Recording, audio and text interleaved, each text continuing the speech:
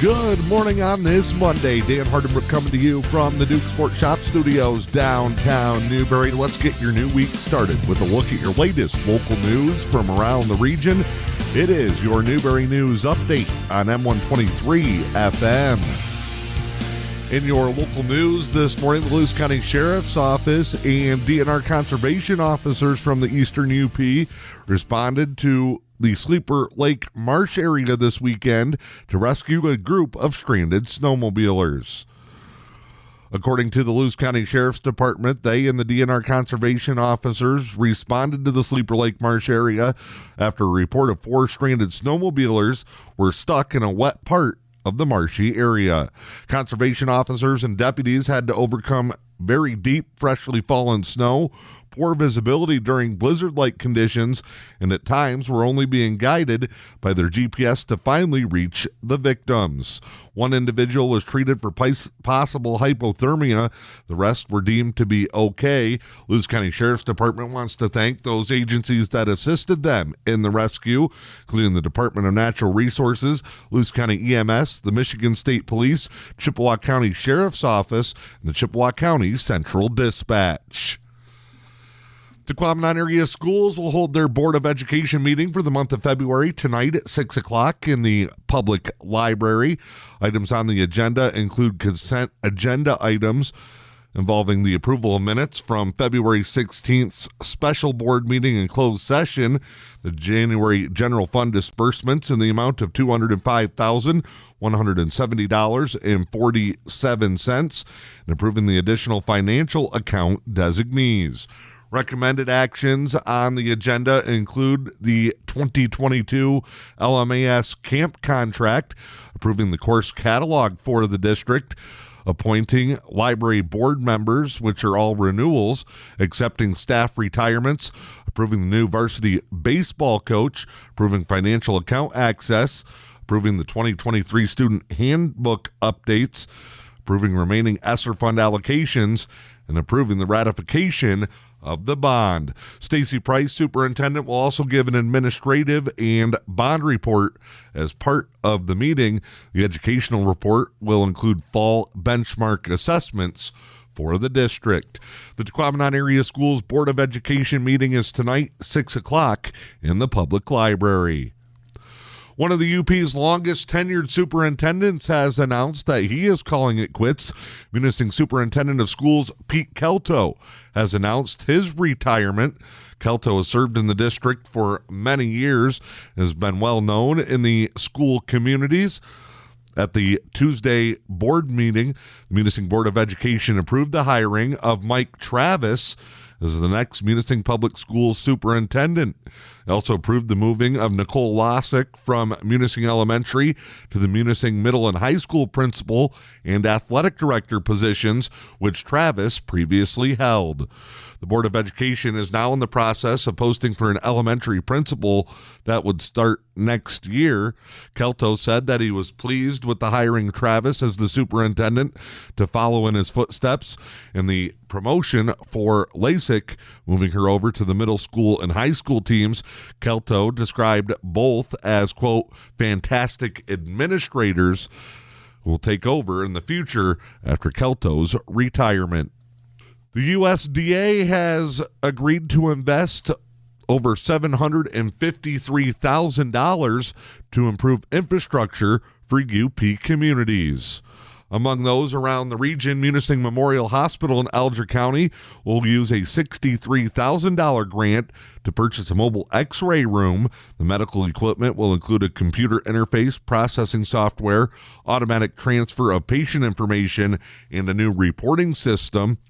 The city of Manistique will get $110,500 to purchase an ambulance. The Public Safety Department of Manistique is a small full-service department that provides first response, police, fire, and emergency medical services. The ambulance division is a certified ALS unit that is staffed by paramedics, emergency medical technician specialists, emergency medical technicians.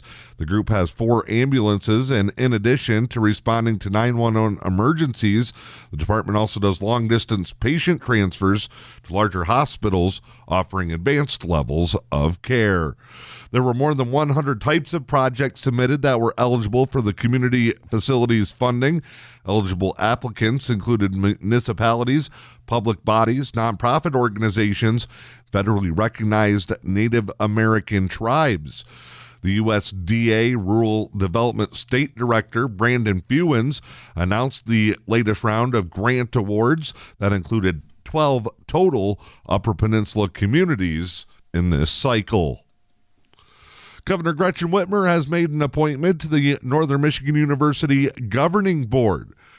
Whitmer has selected the latest member of that group, Melissa Holmquist of Marquette, will join the NMU Governing Board. She's the president and chief executive officer of the Upper Peninsula Health Plan. Holmquist has worked for UPHP since 2002, where she began as receptionist and rose through the ranks to assistant director of operations, director of government programs, and chief operating officer. Holmquist is also the treasurer for Invest UP, the vice president of the Marquette Economics Club, a member of the Marquette Ambassadors. She earned her Bachelor of Science in Psychology and a Master of Arts in Education from NMU. She's appointed for a term that will expire December 31st of 2026.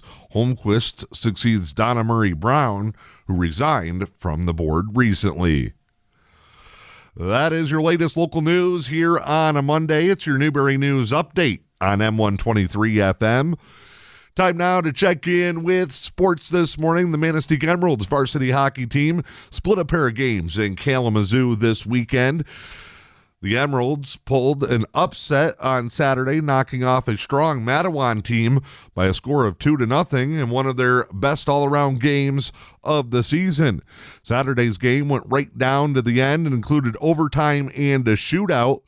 Fortunately, the Emeralds fell to the Kalamazoo Eagles co-op team. The Eagles rallied from a 2-goal deficit and won the shootout by a score of 1-0 to pick up the 3-2 overall victory. Up next for the Emeralds, they enter state tournament play with a scheduled pre-regional game against Gaylord on Tuesday night. Local girls basketball action tonight. It's a rivalry matchup as the Newberry Lady Indians host the Engadine Lady Eagles. It'll be varsity-only action tonight with a scheduled tip-off set for 6 p.m.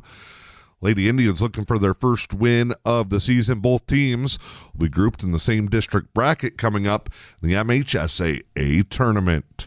Speaking of those tournament brackets, the state announced the girls' district pairings for the upcoming tournament last night.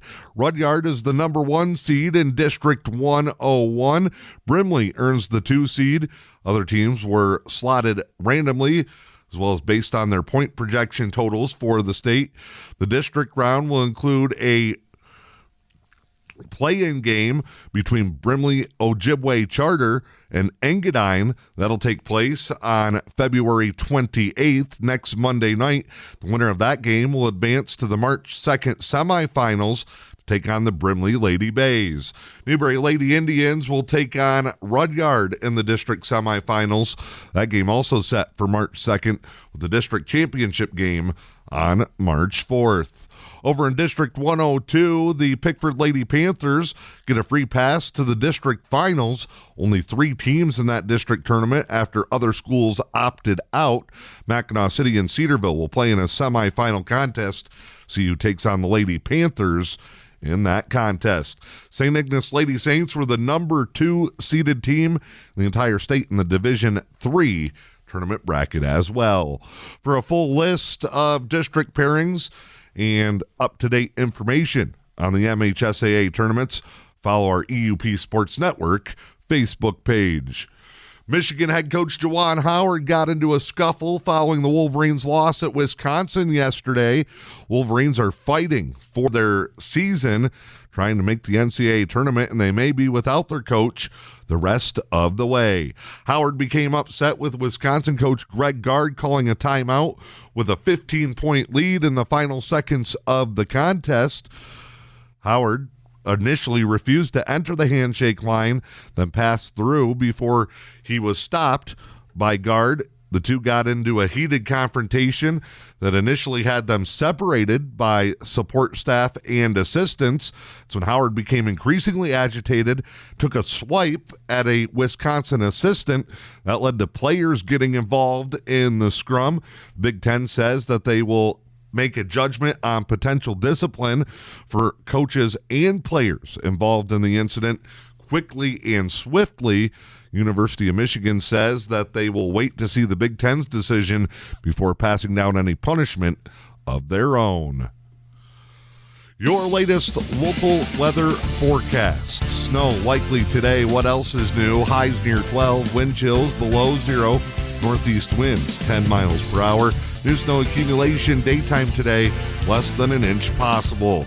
The next winter storm rolls through tonight and into Tuesday morning. Snow showers with lows near 5 tonight. Wind chills -5 to -10. Overnight, you could see 1 to 3 inches of snow possible. Another 1 to 2 inches possible during the daytime on Tuesday. We'll have highs in the mid-teens and wind chill values back below 0. Do not shoot the messenger. I don't make the weather. I just report it. Another storm making its way through the area. That is your latest Newberry News Update. It comes your way every weekday right here on M123 FM.